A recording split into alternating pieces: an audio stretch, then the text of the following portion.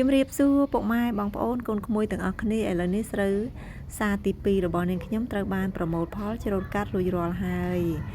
ចាបន្ទាប់ពីដេកភ័យព្រួយអស់រយៈពេលឡើងជិត10ថ្ងៃភ័យនោះគឺភ័យខ្លាចថាបាក់ទំនប់ទឹកចូលទៅខានបានច្រូតប្រកាសជាចោលអស់ហើយតែឥឡូវអត់អីបងប្អូនអើយខ្ញុំបានប្រមូលផលបានវិញហើយបងប្អូនអើយនេះពេលទឹកអាឡូមកមិនដាច់មែនទេហ្មងនេះ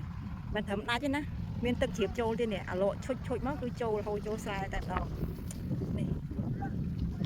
ហានិភ័យដៃអើយថែមទំនប់ឡើងនេះទៀតបងឥឡូវនេះហានិភ័យរបស់ខ្ញុំបានកន្លងផុតហើយគឺថាទឹកអត់មានបានបាក់ទំនប់ចូលស្រែអីទេព្រោះអីទំនប់របស់ខ្ញុំមានកម្លាំងរឹងមាំអាចជួយទប់ទឹកបានពីខាងលើមកលើដំណឹងថាស្រកតែចំណែកឯនៅតំបន់ព្រៃ04ម៉ាក់ណៃហ្នឹងហេតុអីក៏មិនស្រកនៅឯនឹងថ្កល់តែម្ដងចាវីដេអូនេះនាងខ្ញុំមកបង្ហាញអំពីទឹកឲ្យបានច្រើនបន្តិចនេះគឺជាទស្សនវិជ្ជាដងព្រែក04នៅជាប់នឹងរោងរបស់នាងខ្ញុំហ្នឹងគឺថាពេញព្រៀបចឹងហ្មងពីមុនមាត់ព្រែកនៅចំកន្លែងទូកនឹង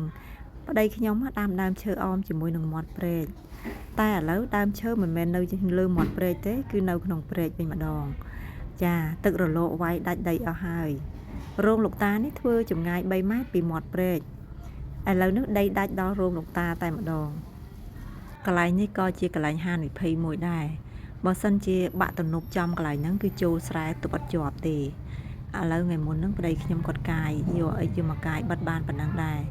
អត់មានដីចាក់ទេបងប្អូនអើយដីកាយពីក្នុងព្រែកមកបានតែប៉ុណ្ណឹងហើយណាមួយ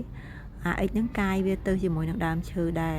ចាំមើលដល់ពេលខែប្រាំងមើលអាចនឹងកាយលុបបន្ថែមទៀតកន្លែងនេះនាងខ្ញុំមកថតនៅទស្សនវិជ្ជាថាកម្ពស់ទឹកក្នុងព្រែកនិងកម្ពស់ទឹកក្នុងស្រែមិនដែរចាគឺឃើញថាខ្ពស់ជាងគ្នាប្រហែលជា1ម៉ែត្រ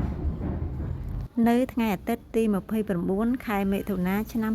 2025នេះចាស្រូវរបស់ខ្ញុំបានប្រមូលផលរួចរាល់ជាស្ថាពរហើយជ័យយោនាងខ្ញុំមានអារម្មណ៍សប្បាយចិត្តមែនទែនតែស្រូវនឹងគឺនៅខៀវល្ងឹតតែម្ដងបងប្អូនអើយខៀវក៏ខៀវទៅឲ្យតែបានលុយខ្លះយកមកសងធនាគារ